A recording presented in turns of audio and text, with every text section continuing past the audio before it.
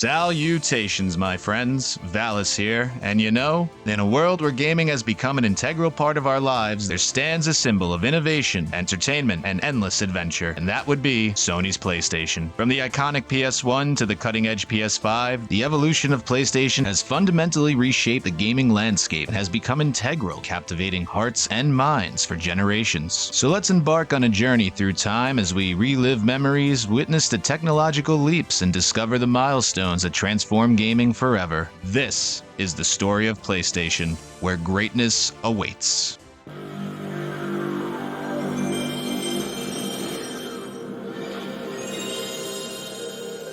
The original PlayStation was released in 1994 and was a revolutionary console that helped to establish Sony as a major player in the video game industry. PS1 was the first console to use CD-ROMs as its primary storage medium, which allowed for larger and more immersive games than were possible with the cartridges of the previous generation. The CD-ROMs used for the console contained up to a whopping 660 megabytes of storage, which actually was a huge step up from the measly 4 megabytes offered on the Super Nintendo cartridges. PS1 also introduced the DualShock controller later in its lifespan. This updated controller included 2 analog sticks, which would become the standard for console gaming controllers from that point on. By the end of its life cycle, PlayStation 1 amassed one of the largest game libraries of over 7,000 titles and sold over 100 million units, the first of its kind to do so, making the PlayStation the 6th best-selling console of all time.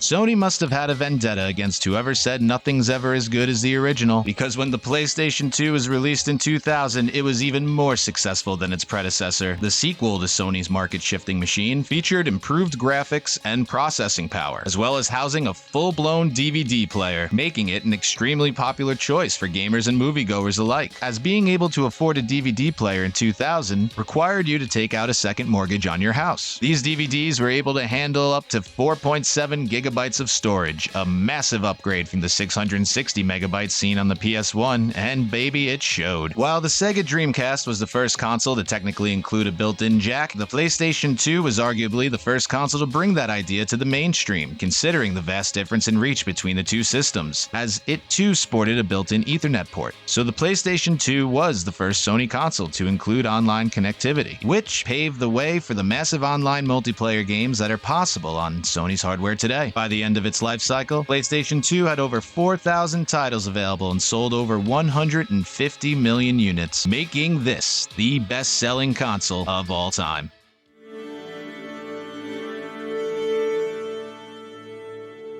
The PlayStation 3 was released in 2006 and was a major departure from the previous consoles. This time around, the console would feature a unique cell processor that was more powerful than the processors used in previous consoles. So powerful, in fact, that the government used a bunch of them to build a goddamn supercomputer. The console also supported stunning high-definition graphics and enhanced rich audio, which was achieved with the help of the invention and utilization of the Blu-ray disc, which were a milestone upgrade when compared to the DVDs used on the PS2. These discs saw a massive leap in storage capacity, upping the limit from roughly 5 gigs all the way up to 50, baby. The PS3 also formally introduced the PlayStation Network, which allowed players to download games directly from the storefront and connect with other players online. This was the first time that a PlayStation console was impacted by real-world circumstances and outside events when the network was hacked in 2011 and forced offline for almost a month, exposing the personal data of over 70 million users and costing Sony over $170 million in damage through lost revenue and legal fees. By the end of its life cycle, the PlayStation 3 only saw a little over 2,500 games released and sold over 85 million units, making it the 8th best-selling console of all time.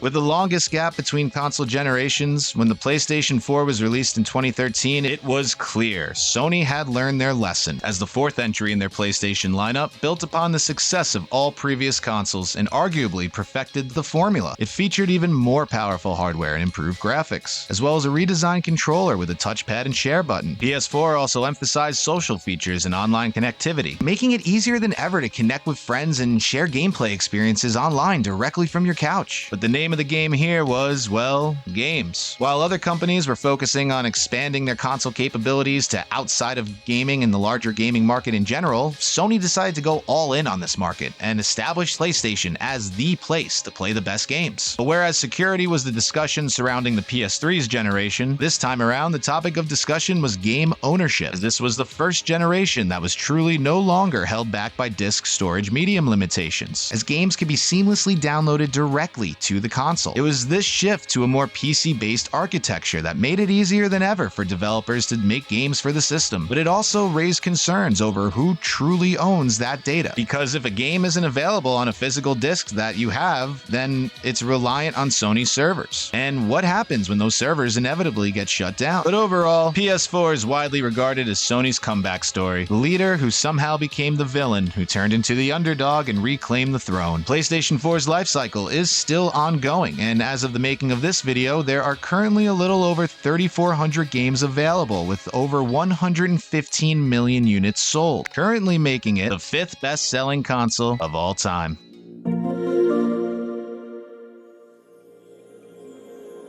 A lot went down at the start of the most recent decade, and I mean a lot. And among those was the PlayStation 5, which was released in 2020 and represents the latest and most powerful iteration of the PlayStation console. Thanks to its fancy schmancy SSD drive, PS5 features lightning-fast load times, improved graphics and processing power, and support for 4K and even 8K resolution gaming. Discs as a medium became even more irrelevant with this generation, as one of the models said fuck it to a disc drive altogether. PS5 also features a redesigned DualSense controller with haptic feedback and adaptive triggers, which provide more immersive gameplay experiences. Additionally, PS5 continues to emphasize online connectivity and social features, as well as backward compatibility with many PS4 games. Due to supply chain issues at the start of the decade, PS5 hasn't been able to hit the ground running as fast as its predecessors, as it has only shipped a little over 30 million units. True next-gen games are even harder to report on at the time of this video, as most are still being dual-released across both generations. So we'll have to come back to this one in a few years to see where Sony truly netted out.